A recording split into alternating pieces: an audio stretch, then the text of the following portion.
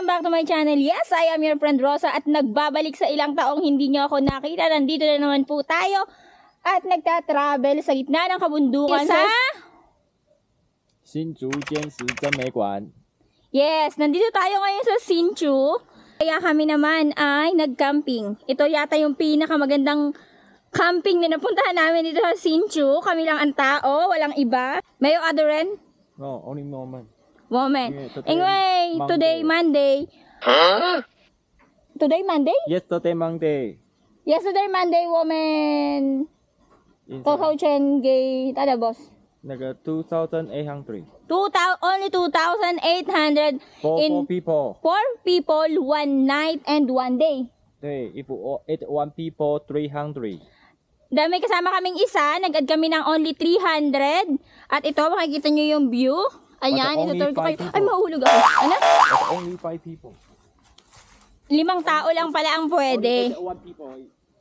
Kung nais nyo magpunta dito, hanapin nyo lang yan sa Google at magpa-book na kayo sa taxi na kakilala ninyo. Yan, napakagandang view. Tingnan nyo, gusto nyo ba ng ganyang view na may bundok, may sea of clouds sa hapon, may sikat ng araw sa umaga, at murang-mura lamang po ito. Tingnan nyo, iikot tayo para makita nyo kung gusto nyo mag-relax ganito. Ang view na makikita nyo. At kokounti lamang ang tao dito. Ayan. Ang init. Ang init. Ang init. Ayan yung view, guys.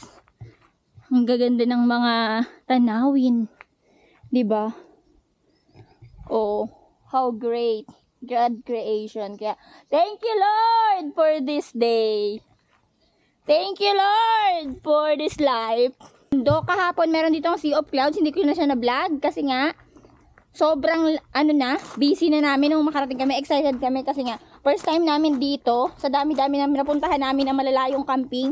Nandito lang pala sa Hsinchu yung maganda at malawak. Ganyan kalaki yung tent nila. Pero 5 tao lang ang pwede dito. Ayan, oh, ganyan kalaki. Ang dami, meron pa rin sa baba.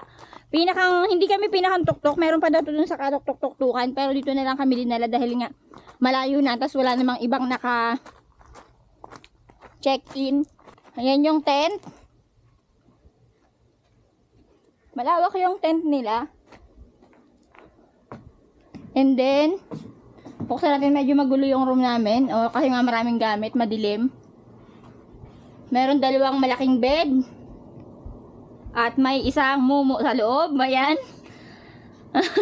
May mumo at makalat na gamit. Tapos, meron sila ditong menu. Ito, may lumpia, may sangtang, may barbecue, may minatamis. Ganyan. Tapos, meron sila ditong farm. Dito muna tayo sa farm. Ayan, farm ng mga kabayo, pwede kayong sumakay dyan, 230 minutes, tapos picture na din.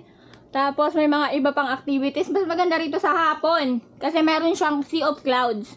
Kahapon inabutan namin, pero hindi ko na siya na-vlog. So sobrang ma-excite at first time makita ng Sea of Clouds. At meron din ditong, ayan airsoft. Airsoft bang tawag dyan?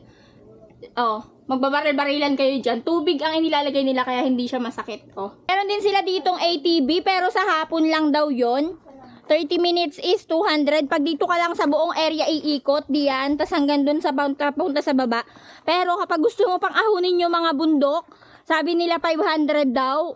30 minutes din, mabilis lang. Isang tao, isang ATV. Ayan, ang ganda ng view dito, guys. Hsinchu lang yan. Ang ganda na haring araw. Sinikatan tayo ni haring araw. Time check is 10 AM na. Andyan pa lang. Sumisibol pa lang yung araw. Sobrang ganda sa mga napapagod dyan sa trabaho, ng mga nandito sa malapit sa Hsinchu. At naghahanap kayo ng malapit na pwedeng pagpahingahan. At may kakilala naman kayo na mga taxi driver dyan. May ihatid nila kayo dito. Ayan, Hindi ba? Ang ganda. Medyo mahirap lang yung pag-ahon namin kahapon dahil talagang sa mga hindi sanay bumiyahe, may nahihilo, may nasusuka, kasi nga tuktok ng bundok to. Kung titingin ka sa gilid, ayun, makikita mo talagang mataas, malalim. mahihilo ka talaga sa mga hindi sanay. Pero sa mga katulad ko naman ng mga galing probinsya, katulad gaya ng ako'y taga Quezon Province, dumadaan kami dun sa mga paikot-ikot na daan, yung tinatawag na bitukang manok, sigsag, ayan, sanay ako sa biyahe. Bata pa lang ako, bumabiyahe na ako. Kaya kahit ano pang sakyan, hindi na ako mahihilo. Pero sa mga katulad ng mga kaibigan ko na kaunting makaamoy ng mga amoy na hindi ka aya-aya sa sakyan na hihilo, nako, uminom na kayo ng Bonamine. Bonamine lang ang katapat niyan. Para sa gantong view, isang Bonamine lang ang kailangan mo. Kaya ayan, kung nais nyo pa na ma-tour ko kayo dito sa aming Travel Taiwan, just click the notification bell para naman ma-update ka at subscribe na rin sa aking channel. Bye-bye! See you next time!